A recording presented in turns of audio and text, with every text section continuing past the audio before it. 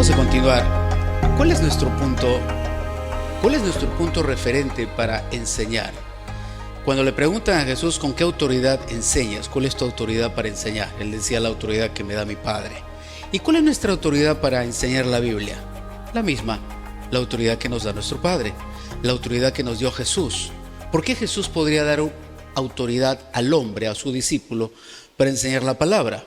Si existen leyes que prohíben enseñar la Biblia, leyes que prohíben hablar de la religión, de Jesús, del Salvador, de Dios. Porque no existe una autoridad mayor que la autoridad de Dios. No hay ninguna autoridad. Toda autoridad que existe en el mundo entero está subyugada a la autoridad de Dios. No hay mayor autoridad que Él. Por eso la palabra, que es la revelación de Dios para el hombre, es nuestra máxima autoridad. Es la máxima autoridad para que nosotros podamos guiarnos por ella y conocer cuál es el diseño de Dios, cuál es su voluntad, de qué manera ha provisto para el hombre salvación. ¿Y por qué la Biblia? Podría haberse cambiado. ¿Por qué la Biblia puede estar llena de fábulas? Toda la humanidad acepta un antes y un después de Cristo. Esto muestra un hecho ineludible. Jesús existió.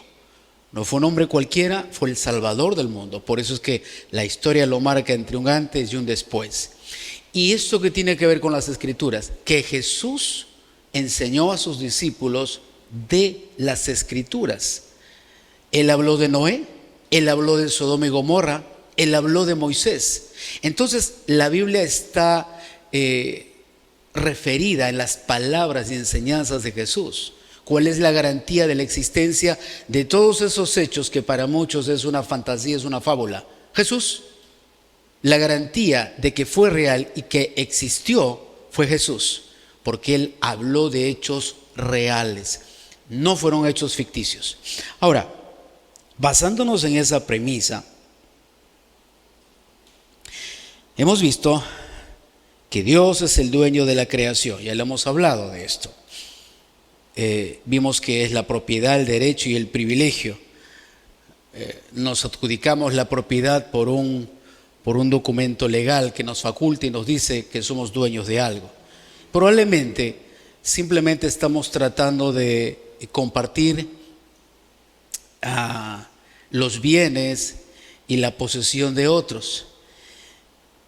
Hemos visto cualquier cosa, la propiedad es cualquier cosa sobre la cual un hombre tiene derechos y privilegios. Derecho significa: yo puedo hacer lo que quiero. Yo puedo hacer lo que quiero.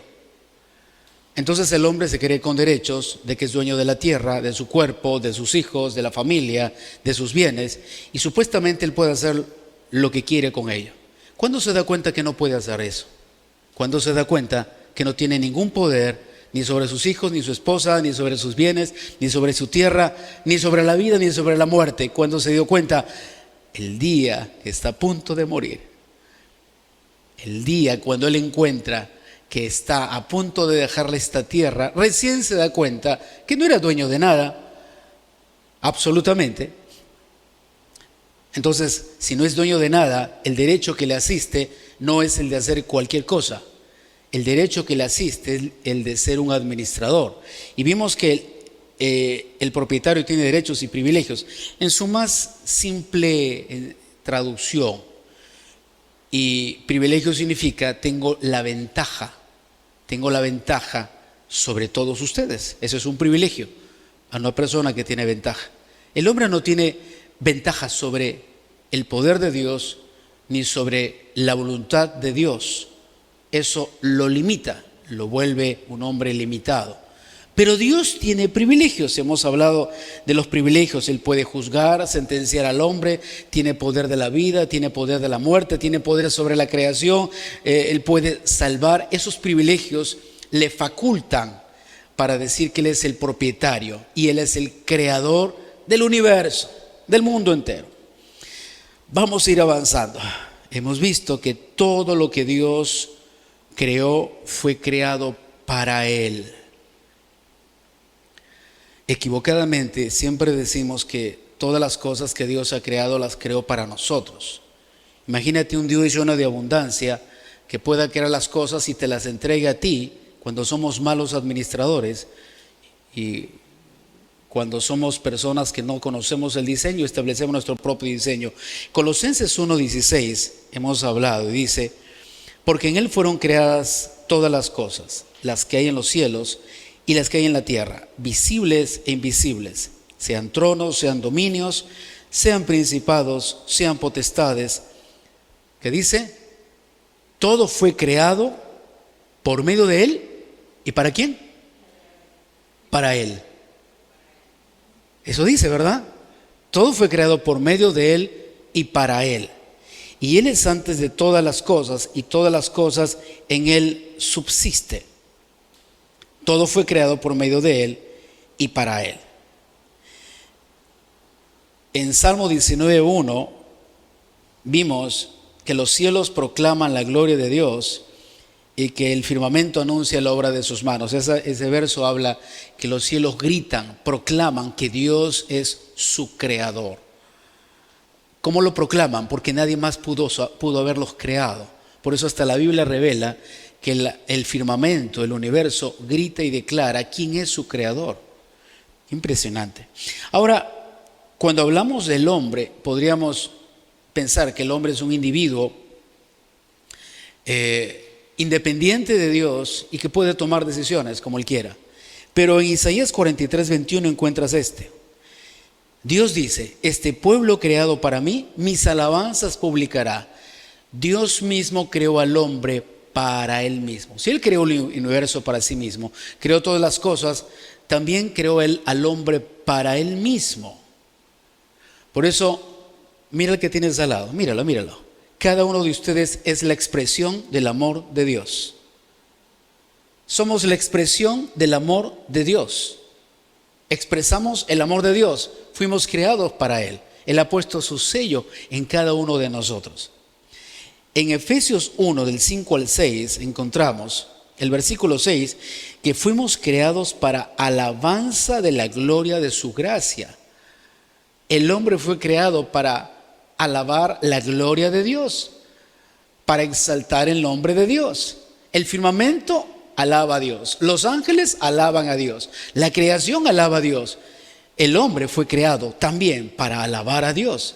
Estamos hablando del diseño de Dios. Recuerden, diseño es la manera en la que fue establecida, cómo fue constituido, de qué manera se inició esto. Eso es diseño.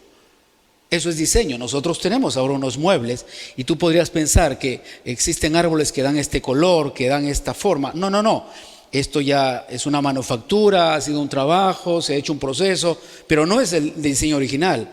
El diseño es un aglomerado. El diseño original era un árbol de donde se sacaba pues la madera. Cuando tú vas al diseño original, entiendes la razón de la existencia de las cosas. Recuerden este principio: el origen de las cosas determina su destino. El origen de las cosas siempre van a determinar su destino. Ahora, Dios crea las cosas y Dios crea un mundo abundante con el sello de su naturaleza. Él crea un mundo abundante. Un mundo abundante. ¿Por qué Dios crea un mundo abundante? Un mundo lleno de maravillas y lleno de riquezas. Porque es la característica de Dios. En la Biblia encuentras un verso que dice: tal es el hombre, tal es el pensamiento del hombre, tal es él. Tal es el pensamiento del hombre, tal es él. Entonces, cuando Dios piensa y Dios crea el mundo entero, lo hace abundante porque Él era abundante. Dios crea un mundo de riquezas porque Él es rico. Dios crea un mundo perfecto porque Él es perfecto. Ese es el sello de su naturaleza. Dios lo creó así. Tal es el pensamiento del hombre, tal es Él. Para entender un poco que nosotros creamos conforme a nuestra naturaleza. Nosotros hacemos las cosas de acuerdo a nuestra naturaleza. Por eso siempre enseñamos. Tal es el rey, tal es el pueblo. Las características de un reino emanan de su rey. Tal es la cabeza del hogar, tal es su familia.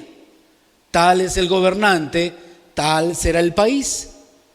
Tal es el liderazgo, tales serán los seguidores. Las características, ¿por qué? Porque hay una influencia, hay un poder y una autoridad que se desata y de alguna manera trae influencia. Gobiernos donde se permite corrupción, robo, delincuencia, son gobiernos permisibles para que un país se hunda justamente en la misma corrupción, en el mismo robo, en la misma delincuencia. Entonces el problema no es cómo arreglamos el país, el problema es cómo arreglamos a los líderes. Ese sería, ¿no? Te pasas tú toda la vida tratando de arreglar un país, estableciendo leyes para frenar y hacer esto y hacer lo otro. No deberías cambiar esto, deberías cambiar las cabezas, el liderazgo.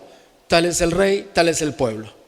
El pensamiento de un hombre es determinante para la organización o para la administración de su familia, de sus bienes o de lo que tenga. Es determinante. Por eso también enseñamos eso. La vida espiritual en el hogar la inicia el varón. Siempre la vida espiritual en el hogar la inicia el varón. Si el hombre no es espiritual, la familia no es espiritual. La vida espiritual en el hogar, en la familia, la inicia el varón, el hombre. ¿Por qué? ¿Es un invento? No. Dios establece un diseño. ¿Cuál es el diseño? Cristo es la cabeza de todo varón y el varón es la cabeza de toda mujer. Eso enseña la Biblia. Es el principio de orden, de autoridad, de influencia, de jerarquía, no en el sentido de vulnerar o de enseñorearse, sino del orden que Dios trae. Qué interesante cuando vemos todos los principios, todo el diseño de Dios para nuestra vida, porque podemos encontrar tantas respuestas para nosotros. Ahora, Dios crea ese mundo abundante de acuerdo a su naturaleza. Eso es importante. Entonces, no es que cambies las cosas en tu entorno, sino es que cambias tú. Si no cambias tú, tu entorno será el mismo siempre.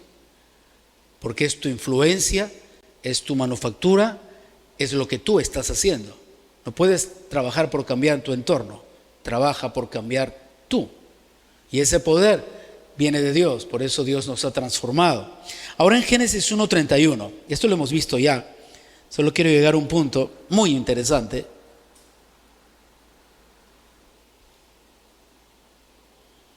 No se pueden perder ninguna de estas clases, son maravillosas. La Biblia es un libro, un compendio de sabiduría.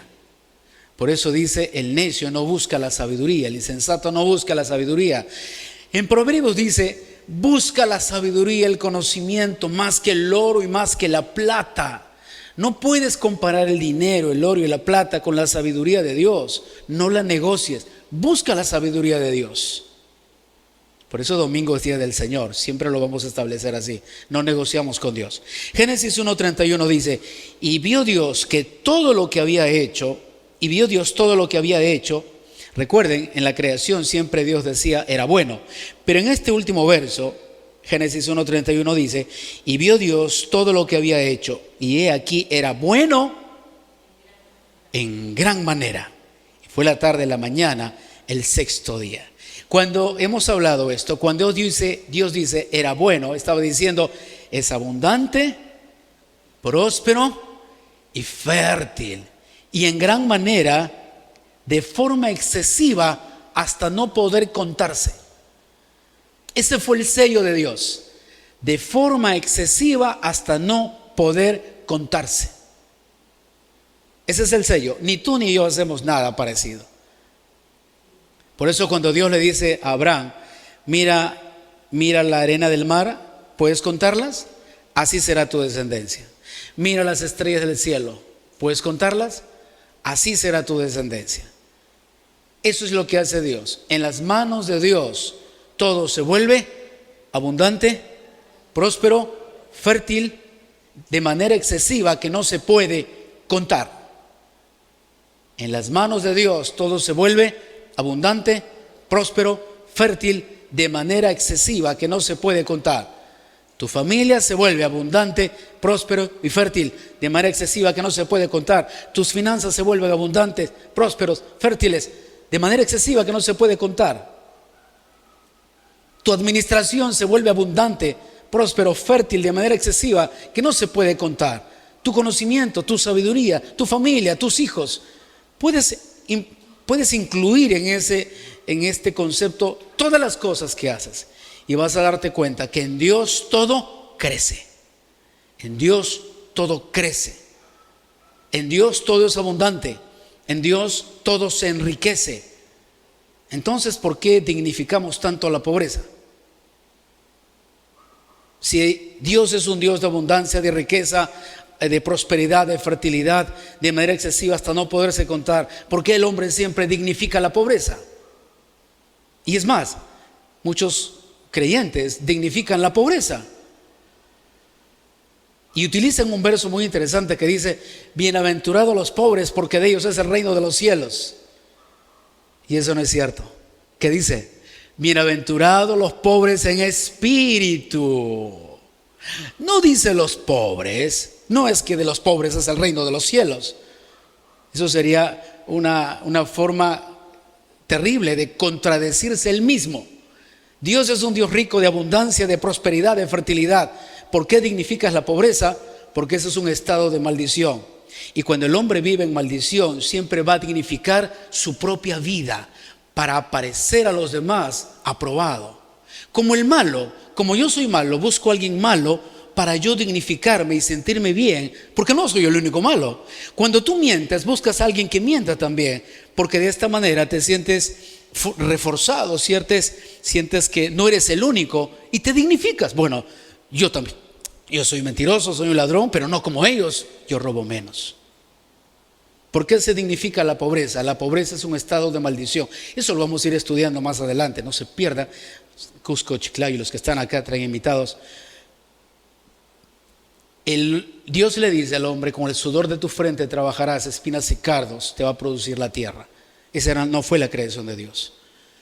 Siempre dignificaremos el estado de nuestra vida para no aislarnos del mundo, para ser parte de ellos, para mimetizarnos con ellos, para sentirnos fuertes. Siempre vamos a intentar mimetizarnos con el mundo para sentirnos fuertes. Curiosamente, nadie que es bueno proclama ser bueno. Usualmente los malos siempre proclaman ser malos, porque la maldad siempre abunda en la tierra. Algo siempre enseñamos: ¿cuánto demora la maldad en crecer? Nada. ¿Y cuánto demora la bondad, las cosas buenas en crecer, las semillas de bondad? Tienes que regarlas, toma tiempo. Por eso siempre encontramos más maldad y más formas de hacer males que hacer cosas buenas. Vio todo lo que dio, y Dios vio todo lo que había hecho, y era aquí bueno en gran manera. En Dios nunca existió un inicio de pobreza, no existió un inicio de maldición, no existió un inicio de perversidad, de carencia, de esclavitud. Siempre en Dios el inicio y su diseño fue de abundancia y de riqueza para el hombre. En este mundo maravilloso, lleno de abundancia y de riqueza, Dios establece al hombre. Nosotros siempre vamos a establecer a los nuestros en el mundo que hemos creado. Si mi mundo es un mundo de pobreza, yo traeré a los míos a un mundo de pobreza. ¿Por qué? Porque es mi naturaleza, es lo que tengo, no tengo nada más que darte. Si yo soy un hombre de mentira, estableceré a los míos en un mundo de mentira. ¿Dónde estableció Dios al hombre? En un mundo de riqueza, en un mundo de abundancia, en un mundo fértil. Puedes ver que en este mundo perfecto Dios establece al hombre. Génesis 2, del 8 al 12. Vamos rápidamente ahí.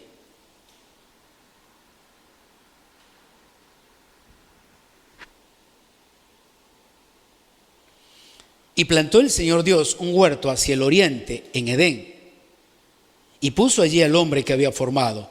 Y el Señor Dios hizo brotar de la tierra todo árbol agradable a la vista y bueno para comer. Asimismo, en medio del huerto, el árbol de la vida y el árbol del conocimiento del bien y del mal. Y del Edén salía un río para regar el huerto, y de ahí se dividía y se convertía en otros 4 ríos. Noten ustedes, había un río que hacía fértil, próspera esa tierra, y luego se dividía en 4 ríos. El nombre del primero es Pisón. Este es el que rodea toda la tierra de Ávila, donde hay oro.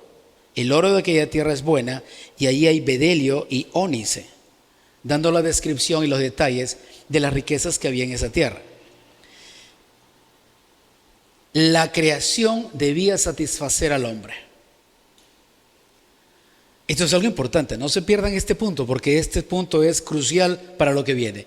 La creación debía satisfacer al hombre. Dios hace una creación y pone características en el hombre para que sean satisfechas. ¿Cuáles serán? Quiero que vayas rápidamente tu vista al versículo 9. Génesis 2:9. Y el Señor Dios hizo brotar de la tierra todo árbol agradable a la vista, 1, y bueno para comer, 2. La creación debía satisfacer al hombre en 2 áreas: satisfacción de los ojos y satisfacción del cuerpo. ¿Sí? Dios creó al hombre, Dios hizo la creación y puso al hombre para encuentre esta satisfacción de los ojos y del cuerpo. Él podía mirar cosas bellas, hermosas y encontrar satisfacción, y él podría comer alimentos y encontrar satisfacción para su cuerpo. Noten ustedes, estamos hablando de la creación perfecta de Dios. Noten estos 2 conceptos importantes de satisfacción en el hombre: satisfacción de los ojos y satisfacción del cuerpo. Quiero ir rápidamente. Cuando dice agradable, esa palabra agradable significa deseable, que producía deleite. Agradable quiere decir que tenía que ser deseable y que produzca deleite a sus ojos. Dios crea al hombre y esta creación lo iba a satisfacer de esta manera. Por eso Dios le dice: ahí hay oro. El oro no se come, pero sí puede satisfacer mis ojos. Las piedras de ónice, bedelio y las piedras preciosas no puedo comerlas, pero pueden satisfacer mi vista. Los árboles, los frutos, las flores, las plantas, todo lo que podía haber allí podía satisfacer al hombre. En Salmo tú puedes encontrar un verso que dice, entre otras cosas, que una de las cosas que nunca se va a satisfacer son los ojos. Interesante, el libro de los Salmos. Dios hizo la creación para satisfacer al hombre. Tenía que ser agradable a la vista. Todo lo que sea agradable a la vista. Quiero que vayan conmigo, quiero hacer un pequeño desvío y con esto voy a ir terminando.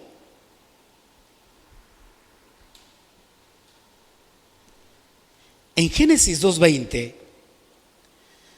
desde el 19, tú puedes encontrar que Dios trae los animales para que Adán le ponga nombre. En el versículo 20 dice: y puso Adán nombre a toda bestia, a toda ave de los cielos y a todo ganado del campo, pero no se halló ayuda idónea para él. Estamos hablando de que las cosas tenían que ser agradables a la vista de Adán. Él estaba desarrollando una relación con los animales en el sentido de ponerles nombre, quizás de organizar, administrar lo que Dios le había dado. Pero noten que usted dice: no se halló ayuda idónea para él. Yo quiero hacer un paréntesis porque no quiero perder este verso. La palabra ayuda, uno diría, bueno, alguien que lo ayude. El concepto real en el hebreo de esa palabra ayuda significa alguien que puede auxiliar, alguien que socorre. En otras palabras, alguien que pueda salvar al hombre. Noten ustedes, cuando Dios en la Biblia encuentras este verso que dice, y no se encontró ayuda idónea. Esa palabra ayuda significa alguien que lo pueda ayudar, alguien que le brinde auxilio, alguien que lo pueda socorrer. En otras palabras, alguien que lo salve. No se pierdan este verso. Alguien que lo salve. Por eso, ustedes pueden ver una de las características de la mujer es ser salvadora. Porque Dios creó a la mujer con esta característica para socorrer, para auxiliar, para ayudar al hombre. Por eso muchas mujeres se convierten no correctamente. Estamos hablando de una creación perfecta. Este fue un diseño de Dios para asistir al hombre y ser su complemento, caminar juntos. Pero esa característica no ha desaparecido de la mujer. Por eso muchas mujeres se convierten en salvadoras de hombres. Sí, salvadoras de hombres. Encuentras a mujeres maravillosas unidas a hombres que requieren ser salvados. ¿Por qué? Porque están en la ruina, porque no tienen nada, porque tienen problemas, porque nunca fueron enseñados, porque no hubo corrección, porque son tal vez niños. Estamos hablando del aspecto ya del hombre caído, pero la característica de la mujer sigue allí. Por eso es que tú puedes entender muchas veces por qué una mujer reacciona de esta manera cuando ve a un hombre desvalido, a un hombre que sin oportunidades, y tú dices, ¿qué le has visto a ese hombre? No tiene nada. Pero allí tú ves a la mujer insistente tratando de ayudarlo, de rescatarlo, porque una de esas características es ser salvadora, salvar al hombre, socorrerlo, auxiliarlo. Adán no necesitaba esto en el sentido de la perfección de Dios.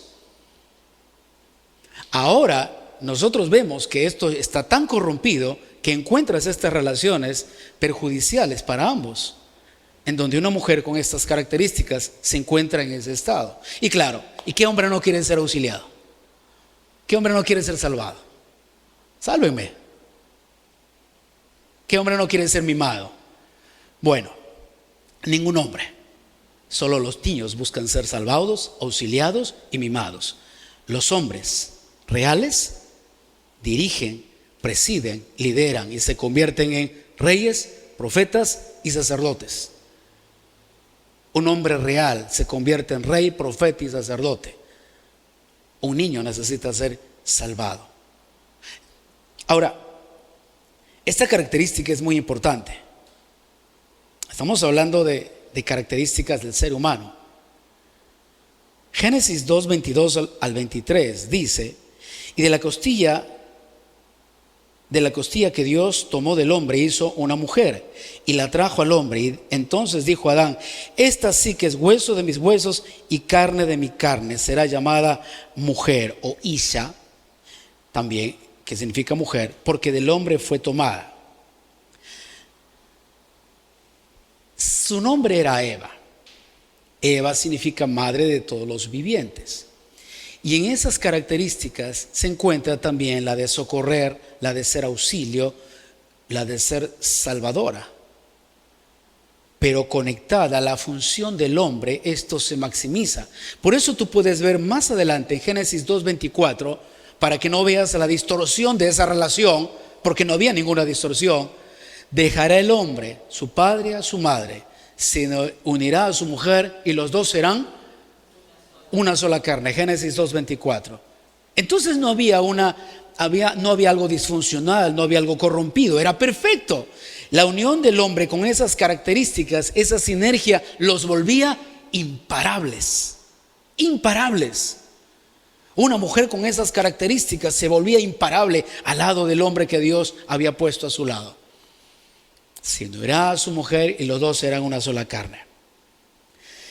Cuando Adán encuentra y ve a la mujer en Génesis 2:22, tú puedes ver la reacción de él, agradable a sus ojos, deseable, satisfacción para sus ojos. Por eso él dice, será hueso de mis huesos y carne de mi carne, y será llamada mujer porque fue tomada del hombre. Qué creación perfecta y maravillosa de Dios. Dios crea al hombre, Dios hace una creación para satisfacer la vista del hombre, pero no era para tenerla lejos. En este caso, la mujer había sido creada para unirse a él y complementar la vida que él tenía en Dios. En nuestro estado caído, el hombre toma a la mujer solo para observarla, pero no para unirse a esa persona. Es curioso, ¿no? Por eso hemos enseñado también, el fin supremo del amor en el matrimonio es hacerse uno con la persona que amas. El fin supremo del amor en el matrimonio es hacerte uno con la persona que amas. No es mirarla de lejos, es hacerte uno con la persona que amas.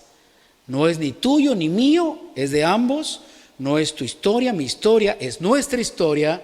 No es tu mundo, mi mundo, es nuestro mundo. No son tus hijos y mis hijos, son nuestros hijos. No es tu plata y mi plata, es nuestro dinero. No es tu casa y mi casa, es nuestra casa. Y puedes seguir sumando. El fin supremo del amor en el matrimonio es hacerse uno con la persona que amas. Eso significa que si piensas casarte, fíjate bien con quién te harás uno. ¿Qué significa hacerse uno? Que las características de la otra persona, su naturaleza y lo que es, pasan a ser parte de ti. Y lo que tú tienes pasan a ser parte de la otra persona. Si él es un mentiroso, tú serás una mentirosa. Qué feo suena eso. Ni ganas da de enseñar. Pero es cierto. Unir significa fusionarse, sumar ambas características. Sumamos, tus características pasan a mí y mis características pasan contigo. Por eso tú puedes ver, y esto es una analogía, en 1 Corintios 6, 17 dice: el que se une al Señor, un espíritu es con él. 1 Corintios 6, 17. Esa es la característica de la unidad. Hacerse uno con la persona a quien decidiste amar. Dime que este es el concepto de matrimonio y de relación que vemos hoy día. Absolutamente no. Es cualquier otra cosa menos eso. Y cuando vemos la otra parte, hemos visto y hemos hablado bastante de agradable a la vista. Hemos visto también que era bueno para comer. Quiere decir satisfacción del cuerpo. Esa palabra bueno significa placentero, agradable, apropiado. ¿Y a qué no saben qué más? Que produce felicidad. ¿Adán tenía emociones? Claro que sí. Eran emociones perfectas, guiadas por el gobierno de Dios, dirigidas con una orientación. Entonces, cuando dice bueno para comer, habla de una satisfacción del cuerpo que iba a producir felicidad. ¿Es una emoción? Sí. ¿Y Dios lo creó? Claro que sí. ¿Y lo tenemos ahora? Sí, también la tienes. Por eso cuando comes un plato de lomo saltado eres feliz. Cuando te compras un vestido rojo, púrpura, no sé, fucsia, qué hermoso vestido, eres feliz. ¿Verdad? Porque aún tenemos las emociones, solo que han sido corrompidas por el pecado. Estas características son las que Dios puso en la creación. Y estas características son las que deberían de haber influenciado al hombre. Es más, sí influenciaron al hombre. La naturaleza de Dios en su creación fue plasmada y Él puso el sello de la perfección a través de decir que era abundante, próspero, fértil, de manera excesiva hasta no poder contar. En esa naturaleza, en esa creación, Dios puso al hombre, para que el hombre sea influenciado e impactado con su naturaleza, para que el hombre pueda desarrollar y vivir con su naturaleza, para que el hombre aprenda a vivir en los estándares de Dios mismo. Este es mi estándar para ti, perfecto, abundante, próspero, fértil, de manera excesiva hasta no poder contar. Yo te he entregado esto, no te va a faltar nada. Y ahora pongo una compañera idónea, si faltara, ¿no?, como si te faltara algo más, para que camine contigo. Ella va a ser quien va a auxiliarte, quien va a socorrerte, quien va a salvarte. Claro, uno diría, ¿y de qué? No, esas características iban a fusionarse con Adán y ambos se iban a convertir en salvadores. Esas características fueron dadas, y lo vamos a hablar posteriormente, por una sencilla razón. No puedes dotar sin características y sin instrucción a una persona que administra. Una persona que administra tiene que tener las cualidades y las capacidades necesarias para administrar. Por eso no puedes casarte sin saber lo que es el matrimonio. Dios tuvo que dotar de ciertas características al hombre y a la mujer para que ellos se constituyan en administradores. Es irrisorio, es triste y lamentable ver cómo se asume un matrimonio sin saber qué es el matrimonio. Se tiene hijos sin saber qué son los hijos. Se adquiere riquezas sin saber para qué tienes las riquezas. Tienes habilidades y ni siquiera sabes para qué las tienes. Los mejores se convierten en hackers porque tienen una habilidad impresionante trabajando con algoritmos. Como si Dios hubiese creado los dones y las capacidades en tu vida solo para dañar a tu prójimo, para lastimarlo. En ese mundo perfecto, ese fue el diseño donde Dios puso al hombre. Cuando tú conoces a Cristo, la Biblia dice que eres justificado. La palabra justificar significa devolverte el estado que habías perdido, volver a tu estado inicial. La Biblia dice: justificados pues por la fe tenemos paz para con Dios por medio de nuestro Señor Jesucristo. Ese estado ahora en Cristo no se ha perdido, nos la ha devuelto. Cuando Jesús muere en la cruz, recupera todo lo que el hombre había perdido y nos lo devuelve. Por eso nos vuelve a justificar. ¿Y qué dice? Que en Cristo estamos sentados en los lugares celestiales. Volvimos a tener la posición inicial. Entonces, ¿por qué vives en enfermedades, en pobrezas, en destrucción?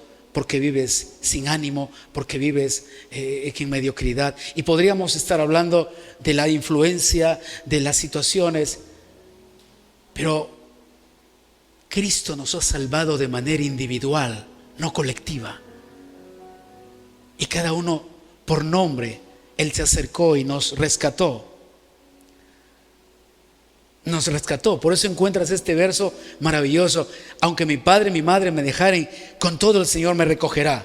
No importa lo que sucede alrededor de tu vida, no importa si en tu hogar no se establece el diseño de Dios, en tus negocios, en tu familia, en tus hijos, en tus estudios, en tus habilidades, no importa.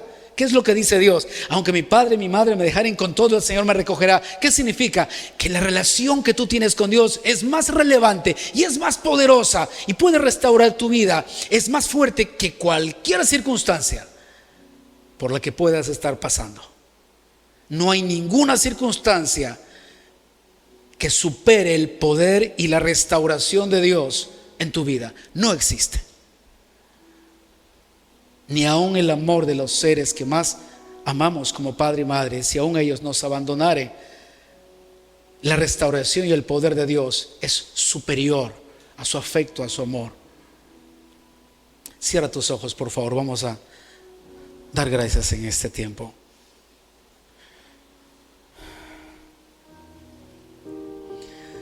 Ahí en tu lugar, yo sé que sí, Dios te habló, Dios te ha hablado, y podrías estar tirando las cosas y decir: no tengo esperanza, no tengo futuro, todo se terminó. Pero eso no es cierto. La Biblia dice que en Cristo estamos junto a corrientes de agua. La corriente es nueva cada mañana, limpia nuestras raíces cada mañana. Damos fruto en su tiempo y todo lo que hacemos prosperamos. Somos diferentes de manera individual. Dios nos rescató de manera individual para salvarnos, justificarnos, santificarnos y para glorificarnos. Ahí en el lugar donde estás, yo quiero que puedas hablar con Dios en este tiempo y puedas decir con tus propias palabras: Señor, no todo está perdido.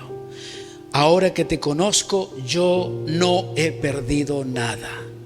Ahora que te conozco, lo he ganado todo. Tú me has restaurado y has devuelto a mi vida la posición que había perdido. Tú me has restaurado. Ahora tu naturaleza está en mí. Tu inspiración, tu influencia, tu poder está en mí para convertirme en alguien completamente diferente. Allí dile con tus palabras: yo recibo todo esto en el nombre de Jesús. Yo lo recibo en el nombre de Jesús.